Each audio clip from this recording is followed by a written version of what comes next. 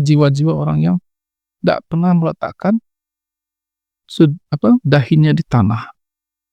Ya, nggak pernah basah lisannya dari mengingat Allah, berzikir kepada Allah. Nggak pernah matanya tuh nangis ketika membaca Al-Quran.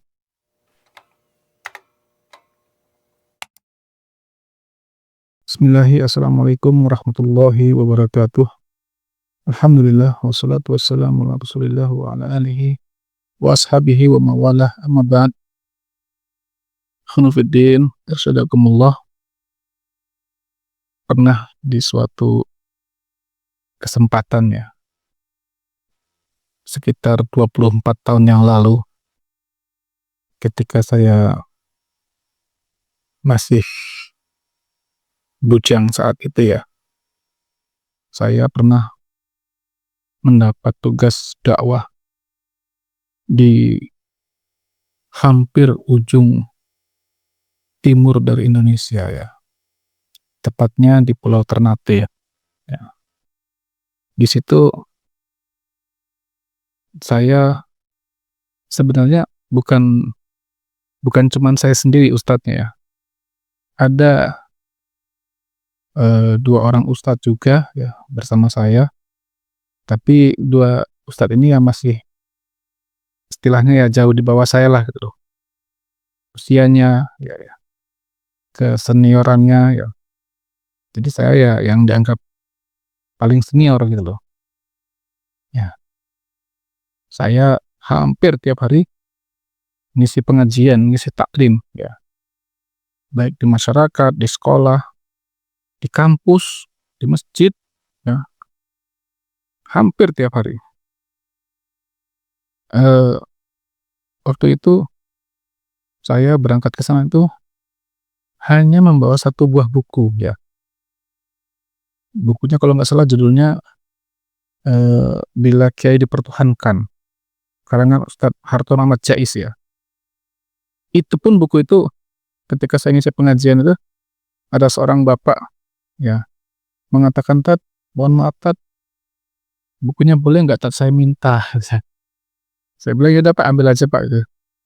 Ya, kenapa saya nggak bawa banyak buku ke sana ya, karena ya namanya mau pergi jauh itu kan kita sudah terlalu banyak bawaan juga Pak ya. Nah, bawa perlengkapan kita pribadi macam-macam. Saya juga bawa Iqra satu karung ya. Jadi nggak mungkin kayaknya mau bawa banyak-banyak itu loh. Udah nggak kuat kas saya ya. Jadi saya tinggal di satu rumah ya, yang bapak itu bapak angkat saya lah istilahnya. Juga sebenarnya punya buku, tapi nggak begitu banyak itu loh. Dan itu pun kebanyakan buku itu pernah saya baca itu loh. Jadi saat itu Pak, saya merasakan kekosongan jiwa. Saya merasa hampa gitu loh. Saya tiap hari ceramah, tapi saya jarang diceramahin. Ya, hampir nggak pernah dengar ceramah. Kecuali ya mungkin sholat Jumat saja gitu. Saya hampir nggak pernah baca buku ya. Kecuali buku yang tadi di rumah bapak tadi yang saya ulang-ulang aja gitu loh. Jadi di suatu maghrib itu, ba'da maghrib tuh, setelah salat sunnah, zikir, saya jalan ya. Nggak tahu mau kemana gitu loh. Tadi karena hati ini lagi hampa, kosong. Ya. Saya jalan, ngikuti kaki saya aja lah. Di pinggir pantai. Ya.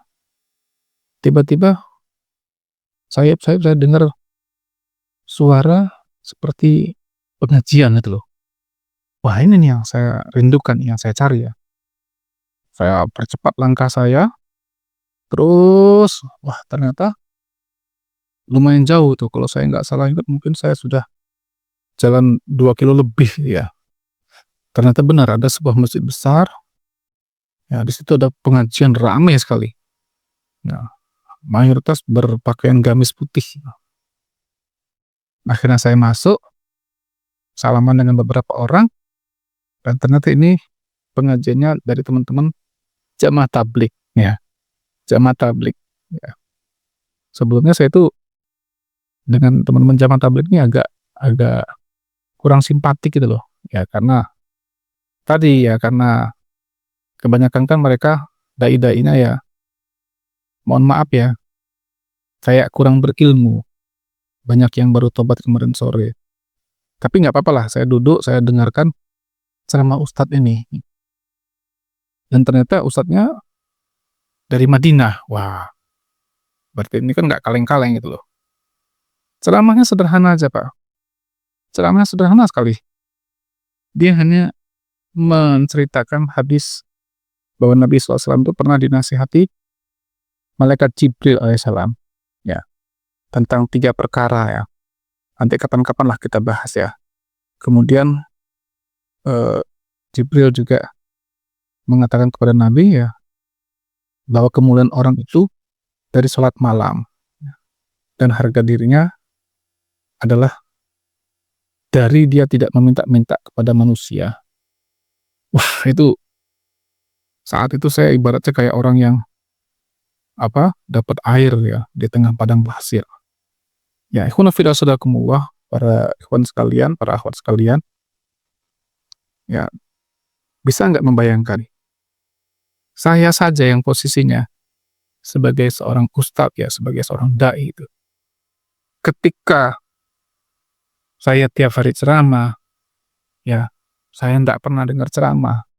Zaman dulu nggak ada Android kayak kita sekarang, Pak, enak ya. Zaman dulu HP-nya kan HP-HP ceng-cengpo itu jelek. Itu pun saya juga belum punya sama sekali HP. Nah, waktu itu kalau mau hubungan ya lewat wartel ya kan, yang ada di pinggir-pinggir jalan itu, warung telekomunikasi. Saya punya ilmu banyak, ya, saya sering ceramah, tapi saya nggak pernah dengar ceramah ya. Saya yang biasanya sehari baca beberapa buku ya. Dulu tuh ketika saya bujang itu, Pak, sehari itu ya standarnya saya biasanya baca 3 buku. Per buku rata-rata 300 halaman lah. Jadi saya sehari itu bisa baca 1000 halaman. Nah, di saat itu saya nggak punya buku gitu. Ya, nggak megang buku. Jadi bener-bener jiwa saya kosong. Nah, kebayang nggak, Pak? Saya saja merasakan kekosongan jiwa ini. Hampanya jiwa saya. Saya nggak bisa bayangkan bagaimana orang-orang yang sama sekali nggak punya ilmu, ya. Yang sama sekali nggak paham agama. Saya nggak bisa bayangkan bagaimana ya kosongnya jiwa-jiwa orang yang nggak pernah meletakkan dahinya di tanah. Ya, nggak pernah basah lisannya dari mengingat Allah, berzikir kepada Allah. Nggak pernah matanya tuh nangis ketika membaca Al-Quran. Saya nggak bisa bayangkan bagaimana keringnya ya jiwa orang-orang seperti itu, ya kan? Maka jamaah mullah ya. Di sini saya ingin sedikit saja menyampaikan bahwa hidup kita ini, Pak, pun seandainya kita bergelimang harta, kita punya jabatan yang tinggi, ya kan? Kita punya gelar yang banyak, tapi kalau kita tidak kenal agama, ya, kita tidak kenal Islam, tidak kenal dengan Tuhan kita Allah, sungguh hidup kita itu akan hampa, akan sia-sia. Pernah berkata Imam Muhammad bin Ahmad, atau yang lebih dikenal dengan Imam Rasqawih, ya. Imam Rasqawih ini, kata Imam Zahabi rahimahullah di Syiar Alam Nubala, itu adalah seorang ahli hadis, ya, al-muhaddits al-mutqin yang sangat kuat hafalannya. Syekhul Baghdad, syekhnya negeri Baghdad atau Irak. Beliau mengatakan, wallahi ma uhibbul hayat fid dunya bikasbin wala tijaratin. Demi Allah, ya, tidak ada yang aku sukai dalam dunia ini, baik itu perniagaan atau perdagangan, ya, walakin li dzikrillah wal qiraati alaikumul hadis. Aku nggak suka dalam hidup ini perdagangan, perniagaan. Yang aku suka hanya 2, yaitu apa? Karena ada zikir kepada Allah, dan karena aku bisa mengajarkan atau membacakan kepada kalian hadis-hadis Rasulullah SAW. Masya Allah, Pak, ya. Beliau katakan, saya hidup di dunia ini, ya, tidak suka dengan perniagaan perdagangan. Bukan berarti beliau itu nggak punya usaha apa-apa, enggak. Ya, beliau pasti punya usaha kan untuk hidupnya. Tapi maksudnya yang membuat beliau itu masih senang di dunia ini, ya, masih masih mau hidup adalah karena masih bisa berzikir kepada Allah dan masih bisa bermajlis mengajarkan ilmu hadis kepada murid-muridnya. Ada lagi perkataan Umar bin Khattab radhiyallahu anhu yang sangat bagus juga ya. Beliau mengatakan, "Laula an asira fi sabilillah aw ad'u jabaini lillah fit turab aw ujalisu qauman yaltaqituna taibal qawli kama yaltaqitu taibas samari la ahbabtu an akuna lahiqtullah." Demi Allah ya, seandainya bukan karena aku bisa berjuang di jalan Allah, ya, berjihad membela agama Allah, atau kalau bukan karena aku bisa meletakkan keningku di tanah ya untuk menyembah Allah, atau kalau bukan karena aku bisa duduk bersama suatu kaum mengambil manfaat dari ucapan-ucapan mereka ya, sebagaimana aku mengambil ya buah-buah yang jatuh dari pohon, sungguh aku lebih suka untuk mati bertemu dengan Allah. Tuh. Kehidupan ini nilainya kata Umar bin Khattab hanya 3. 1, karena ada jihad fisabilillah, bisa berjuang membela agama Allah. 2, karena kita bisa sholat ya, meletakkan kening kita di tanah. Dan karena kita bisa bermajlis, mendengarkan ilmu, ya kan? Mengambil manfaat dari orang-orang berilmu. Ya, makanya ada seorang penyair yang namanya Salih Al-Hayawa. Beliau mengatakan begini, "Abadan azallu ma'at tuqat, ma'ad du'atil amilin, an-nashirina liwa Ahmad, aliyan fil alamin, al-munsifin al-mu'athirin, ala nufusil akharin, ma'ahum azallu, ma'at tuqat, ma'ad du'at muslimin." Sungguh aku akan selamanya berlindung, berkumpul bersama orang-orang bertakwa, berkumpul dengan para da'i yang mengamalkan ilmu mereka, yang menyebarkan bendera Ahmad, maksudnya bendera Nabi Muhammad SAW, yaitu Islam, ya, dengan tinggi-tinggi menjulang ke angkasa. Aku akan selalu bersama orang-orang yang adil, ya, orang-orang yang mengutamakan orang lain daripada dirinya sendiri. Aku akan selalu bersama orang-orang bertakwa, para da'i yang mendakwakan agamanya untuk kaum muslimin. Masya Allah. Ya, ini apa? Himmahnya atau keinginan besarnya Shalih Al-Hayawa untuk tidak berpisah dengan orang bertakwa, dengan para da'i, dengan orang-orang saleh, dengan orang-orang yang baik ya, yang munsif, yang adil, ya, orang-orang yang selalu mengutamakan orang lain daripada dirinya sendiri. Dia nggak mau berpisah dengan orang-orang seperti itu. Makanya di Quran sendiri kan banyak kita dapatkan ayat-ayat seruan Allah agar kita itu tidak ya berpisah ya, tidak menjauhkan diri kita dari orang-orang beriman. Misalnya Allah berfirman di surat Taubah ayat 119, "Ya ayyuhalladzina amanu taqullaha wa kunu ma'as shadiqin." Hai orang-orang yang beriman, selalu kalian bertakwa kepada Allah dan hendaklah kalian selalu bersama orang-orang yang jujur.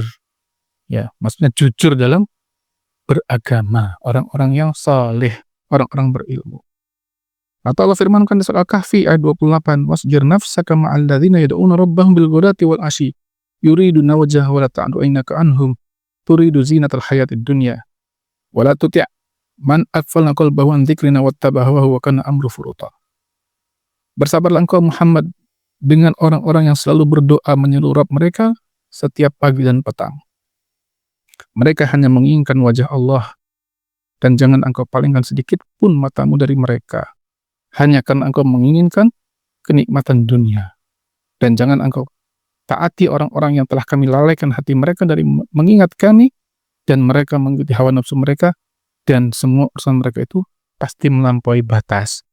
Masya Allah. Nabi kita Muhammad SAW saja disuruh Allah untuk selalu bersabar bersama orang-orang yang selalu berdoa pada Allah setiap pagi dan petang. Jangan palingkan wajah beliau dari mereka sedikit pun kepada orang-orang yang tadi Allah lalaikan mereka dari Allah, maksudnya orang-orang kafir, hanya karena kita menginginkan sedikit kenikmatan dunia dari mereka. Hidup ini ya, jemaah sekalian, ikhwan sekalian, adalah lebih terasa nikmat, lebih terasa tenang, barokah kalau kita tidak berpisah dengan orang-orang saleh, dengan orang-orang yang alim berilmu, dengan orang-orang yang selalu menjaga agama ini, sehingga akhirnya kita sedikit banyaknya akan kecipratan dari segala kesalehan dan kebaikan mereka. Wallahualam bishawab, mudah-mudahan sedikit yang bermanfaat bagi saya dan ikhwan sekalian. Barakallahu fikum. Assalamualaikum warahmatullahi wabarakatuh.